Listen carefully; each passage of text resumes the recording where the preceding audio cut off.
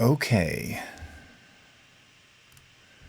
It looks like we are live. How is everyone today? Thank you so much for joining me. Good morning, good afternoon, good evening, wherever you are in the world. My name is Jason Levine, and for today's live stream, we're going to be talking about how to best upscale your video content in Adobe After Effects. And you can use this content whether you're going to Premiere or really just in general. And you might ask, well, why upscale? Well, it's the same reason that we upscale images. If you're trying to integrate, say, older content perhaps into a 4K timeline, so you've got a lot of stuff shot in 1080p or maybe 720p. There's lots of different ways to scale things up. And of course, you can just using the scale controls in Premiere or even in After Effects, and I'll show you this, scale things 100, 200, 300%. But you're not necessarily going to get the best look, the best quality, and preserve all the details in that upscale process. So I'm going to show you this really simple, cool effect in After Effects that does it. It's going to give you the best results, especially if you're trying to, again, bring older footage in with newer content, or maybe you're just trying to scale things up so that you can crop and reframe only to export them back down again. Lots of reasons to do this, but it's really super easy, and it makes a huge difference visually. So as always, thank you so much for joining me on Facebook, Twitter, Periscope, YouTube, and Behance. Great to have all of you here today on a Monday. So we're going to go ahead and get started here. And as always, just a couple of quick heys. Hey, Desiree, Sue Cruz, Mustafa, great to see you. Billy coming over to us, Pierre Julien, Donald Ping, always nice to see all of you. All right, so let's go ahead and switch over to my screen here, and I think we're going to get started with this. And I will show you a couple of really cool examples of how this works, including an old still that I used to kind of illustrate this, which hopefully you'll be able to see over the stream. Okay, so once again, you've got a couple of different ways that you can scale up content, whether you're working in Premiere or After Effects, or even Photoshop for that matter. And of course, if I'm sort of new to After Effects or new to this idea, I might just think, well, why not scale it up right on the layer inside the composition panel? And you can do that. And we've got a couple of options there that will certainly give you variable or different results. So here's this caterpillar that we have here. And I have this is at some really sort of odd resolution, but I've got this contained in a 1080p widescreen frame. So here down in the composition panel, I'm simply going to scale this up using the basic scale transform control. And by the way, you can access that either by the twirl down menu here under transform, or if you simply hit S on the keyboard, S for scale, it'll bring up the scale property. I always like to point out my good friend Angie Taylor, one of the goddesses of After Effects, taught me the acronym PARTS. P for position, A for anchor point, R for rotation, T for opacity, and S for scale. Great way to access those parameters really, really quickly. All right, so if I go ahead and just scale this up to fit the frame, something like this, which is going to take us to around 200%, right away, it looks obviously a little pixelated. And there's a couple of reasons for that. So first of all, down in the composition panel, you have this quality swatch here, which you can toggle between, and there's 3 different methods. This is your draft mode, and of course, this is going to be the most pixelated, and you can see it here very obviously. Lots of blocks, lots of squares there, lots of pixels.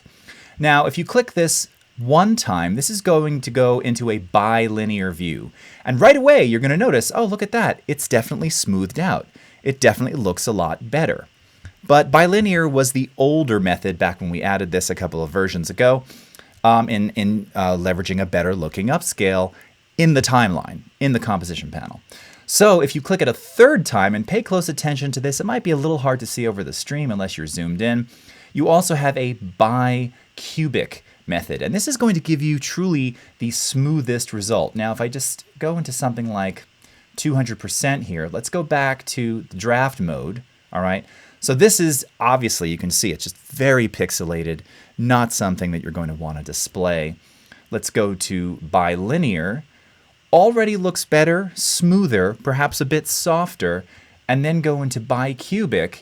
And again, now you've brought back some of that line and edge detail, okay?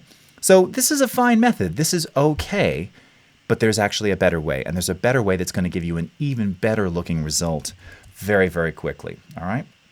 So let's go ahead and move over to this example here. Okay, so this is some content that I shot some time ago back in San Francisco. I just like it because it has a lot of properties that'll really showcase this feature really easily. And I've got a couple of examples in the comp here to showcase to you. So this is some 1080 content shot, I think, back on my old Canon 7D, the original 7D. And I wanted to bring this into a 4K environment. So once again, if I scale this up, all right, and we're going to leave this in bicubic for the moment. Let's go ahead and scale this up to fit the frame, which is going to be approximately 213%. And I'm going to go into 100% view. And just sort of right away, it looks okay. Now you can obviously see that some of the edge detail of this red line here, it's a little bit softer, but all right, that's fine. That's a trade-off. And then, of course, we have slight softness over here in some of those metallic details. All right, now we're going to stay on this for a moment because now I'm going to flip over to another comp where we're going to add Detail Preserving Upscale. So this is the effect which you'll find under the Effects and Presets. Just going to type in Detail. You'll see it show up here. All right, it's called Detail Preserving Upscale. And I believe this might already be on the clip itself. It is, in fact. Okay, so we're going to drag this on top of our layer here, turn this on, and I'm simply going to click on one of these buttons here, Fit to Comp Width or Fit to Comp Height, because this is 1080p going into 2160p. You only need to click one of these, and it's automatically going to fill that frame. Now you'll see here that it's going to tell you the amount of scale that it did, which much like on the layer before, 213%. Now you have an option here to do some noise reduction. It's not uncommon when you do an upscale that you incur some noise. We see this in imagery. That's why you have this in the Preserve Details enlargement in Photoshop as well. And then you have this detail control here as well. Okay, well let's go to 100% on this too. All right, and now let's do a little side by side. So if I go back to the scaled version on the layer, and I want you to pay close attention to the line detail of the red here, and also in the metallic area, let's go to the just scaled version. And right away, really pay attention to this. You can see how this, particularly here, gets softer. And again, on the metallic details, gets a bit softer. Let's switch back to the DPU version. All right, now I don't know how easy it is to see over stream, but you can see clearly there's just more detail. The lines are cleaner, all right? Before, it's good. Again, this is using bicubic, but it's just not quite as sharp, not quite as defined. Detail Preserving Upscale, more definition, less of that sort of aliased, blurred kind of artifacting, and you definitely see more definition in the metallic areas as well. So again, there's only on the layer scaled, and there it is with Detail Preserving Upscale. Okay, let's go to another little example of this too. So here is another clip. Oh, sorry, I've already got this one expanded here. So this was, again, another shot done on the Canon 7D, long time ago. Go ahead and fit this one as well. Turn it on. All right. 213%, and it just looks wonderful. Okay, similarly, if we go to this one here, and I'm going to show you the difference between the scaling and preserving upscale on this. All right, let's turn this one on. Let's go to a scaled version of that. Okay, and I think this is already dialed in at 214%. It is. Okay, and we're also in bicubic here. So let me just make sure we're on the same frame. Okay, and we'll go to 100% here, so that you can see this. All right, so here's the scaled version and the DPU version. Now, again, where you want to focus, look on these straight lines against the window edges here, okay? So in the scaled and the layer version, it looks okay, but there's some definite softness here. When I toggle over to the Detail Preserving Upscale version, there's just that. There's just more detail in the edges of our windows and of the side of the building here. All right, so here's the before. It looks okay, but it's a little bit softer. After, it's a little cleaner, and there's even more sort of contrast detail present as well. Now you'll notice in this example, I did in fact introduce some noise reduction here, which I think is what gave me that better looking contrast. And I can even increase the detail further. So let's say we went up to something like 80%. All right. Now if we go back to the layer version, all right, now this looks soft, and you can definitely see there's some color noise in there. Let's go to the Detail Preserving Upscale version. Sharper, cleaner, and far less noise, all right? And then if we go back to fit this into this composition size, it just looks wonderful. You know, you would never know that this wasn't natively shot at something like 4K, all right? So Detail Preserving Upscale is just a better way. Can you still scale it up in the layer? Absolutely. You have options there, bilinear, bicubic. Bicubic, of course, is going to give you the best result for most video. But if you just want to take it that extra step further, one little notch up, Detail Preserving Upscale is the way to go. Now, I say this, there is one slight trade-off, which is, of course, that because this is doing a more proper scale, a better looking scale, the render time is going to be a little longer than if you just scaled it on the layer in the comp. Slight trade-off for better looking quality. One of the videos that I've shown on stream a lot here with me and Fuzzy Island, we shot this in his apartment in New York, and it was all done 1080. But I had to do some push-ins on certain parts of the frame, so I had to scale the thing up. It was in low lighting, it was very noisy, and this saved the day. I really couldn't have done it without Detail Preserving Upscale, primarily for the reduced noise and detail parameters that you have here. Again, scaling just on the layer doesn't afford that to you, and as a result, you're not going to get something that looks as good most of the time. All right. Now, even when going from something like 720p to 4K, using this will make a significant difference versus just scaling it on the layer. So here's some 720p 60 content. Again, this is also 7D inside of a 4K frame. So this is actually a perfect example of when people ask, like, well, what's really the size difference? Well, this is what non-scaled 720p would look like in a 4K frame. So just to scale this on the layer, you just know that it's going to look fairly pixelated. And it might look even a little pixelated when scaled up with DPU. You just have to give it a try. Well, let's give it a try. So in this case, I've got Detail Preserving Upscale turned on. Let's go ahead and enable the effect, fit to comp width and height. It scales it up 300%, okay, which is kind of crazy. Now, again, there's a little bit of noise here, which was probably inherent in the original video anyway. Use about 11% noise reduction, and I'm going to increase the detail to around 60. And let's just do a quick preview of this. Now, I'm also doing a little bit of a, I won't even say it's a rack focus. I was just adjusting the focus. So I was trying to pull focus here with my then Zacuto Z Finder, if anybody remembers that. Shout out in the chats if you remember the Zacuto Z Finder. I still use mine, by the way, when shooting video on my DSLR. But right away, you know, something that if you think about what this would probably look like scaling up 720 just in the Premiere timeline, even looking at it in this view where I'm slightly shifting focus, there's incredible detail in the skin without losing quality and without introducing artifacts. It's pretty nuts. So I'm going to go ahead and let this thing play through. There might even be some sound on this, so I apologize. That may come up momentarily. All right, we'll give it a few more seconds here to do its preview. All right. Incidentally, previewing in the 2020 version of After Effects, if you previewed this when DPU came out, which was several years ago, that would be a go make a sandwich kind of preview, but it's way faster now in the latest version. Okay, just a couple more seconds here for our preview. You can see I'm focusing away there. Okay, if there is audio, it's very, very quiet. But, I mean, it looks phenomenal. And even as I'm looking at the legs here now over the stream, it does look a little bit darker. You're getting a bit more contrast. But I was getting a lot of chatter in those legs, and it's significantly reduced now. And again, part of that is just me focusing in real time, handheld, whatever. But I'd be very pleased with this result. Okay, super, super pleased. All right, and because of the nature of real-time uninterrupted preview in After Effects, I can see the before and the after just clicking back and forth real-time.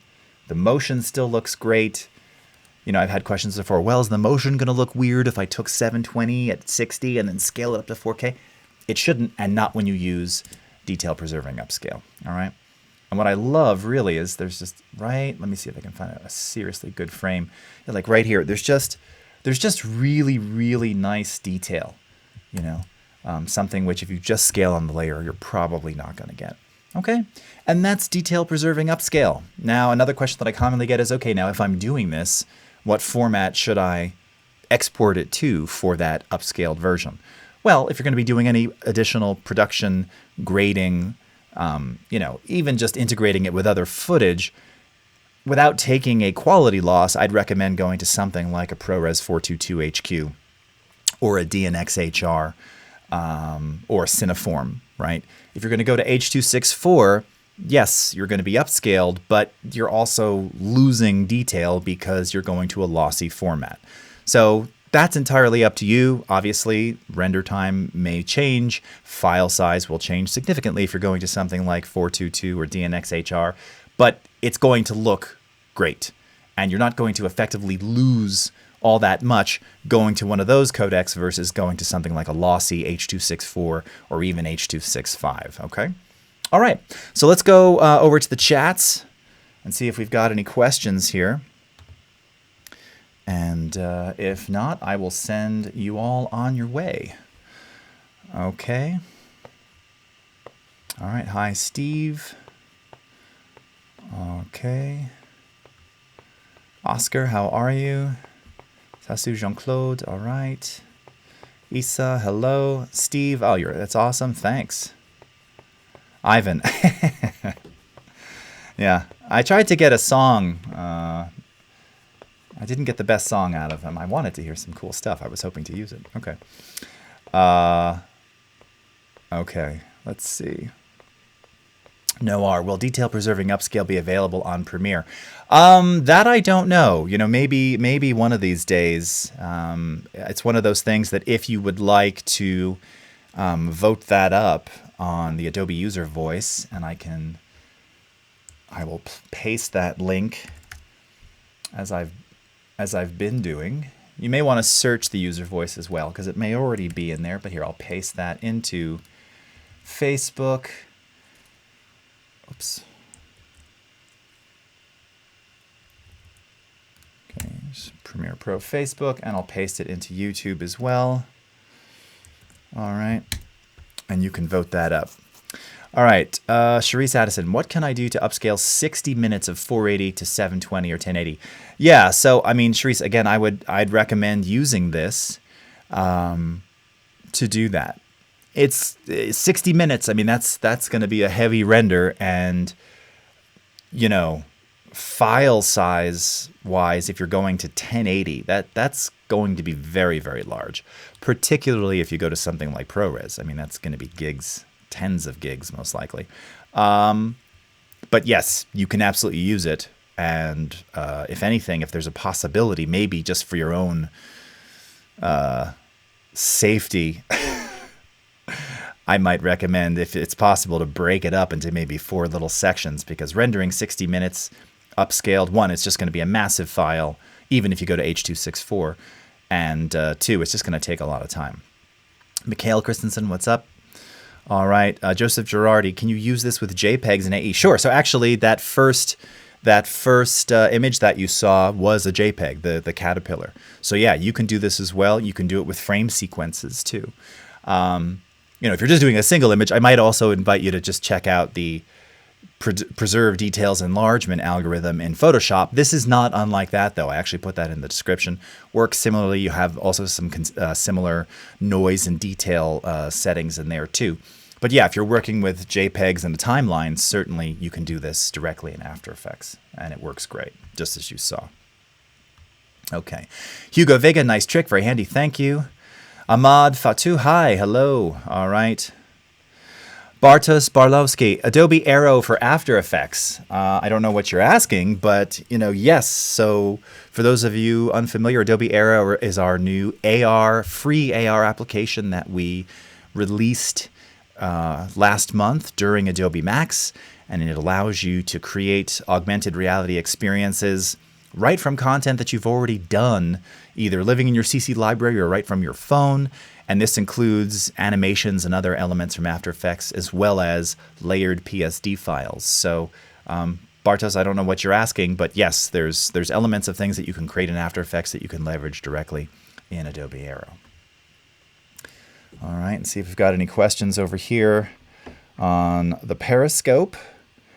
Hi, boy, JD Timothy, how you doing? Stephen Morgs, Garby Cat, Emil, Fall, Yappa, Fly. All right. Roger Rosity, G. Oh, it's your first day on Periscope. Hello. Howard Rourke. Okay, nice to see you. Gavin, DDRAR. Okay. All right. Bad Platano. I usually render 1440 to 4K. I never upscale the composition itself. Is there an option available in the render settings instead? Yeah, so again, you can, and this is something that you can also do, you can render and upscale everything on export. It's just that you don't have all the flexibility and settings that you have using Detail Preserving Upscale. So sure, I mean, it's no different than, cutting something in Premiere at 1080 and then just using a 4K preset. It's going to do the upscale for you, and it'll upscale everything for you. And in general, that's usually fine. This is more about when you're in production and you've got content that is mismatched that you're wanting to, again, maybe crop and reframe. I'd recommend doing it this way, because in that case, you're not doing it at the end on the export. But yes, certainly you can do it that way. Rory, do you think it would work effectively scaling, say, 4K to 8K for stock purposes? Rory, so yes. Now, a couple of people in the past is like, well, is that, cheating because it wasn't natively 8K? I mean, at the end of the day, if it looks good, and remember, not only do we have, AI-based, what's the word I'm looking for? Curation of content on Adobe Stock, or I'm sure other stock properties use it too. But with video in particular, there's the AI part of it, and then there's also the human element, which we do have physical humans who go through and review video content. And if it doesn't fall within the parameters, if it's blurry, if it's noisy, if it's pixelated, it's just you're not going to be able to monetize it on stock.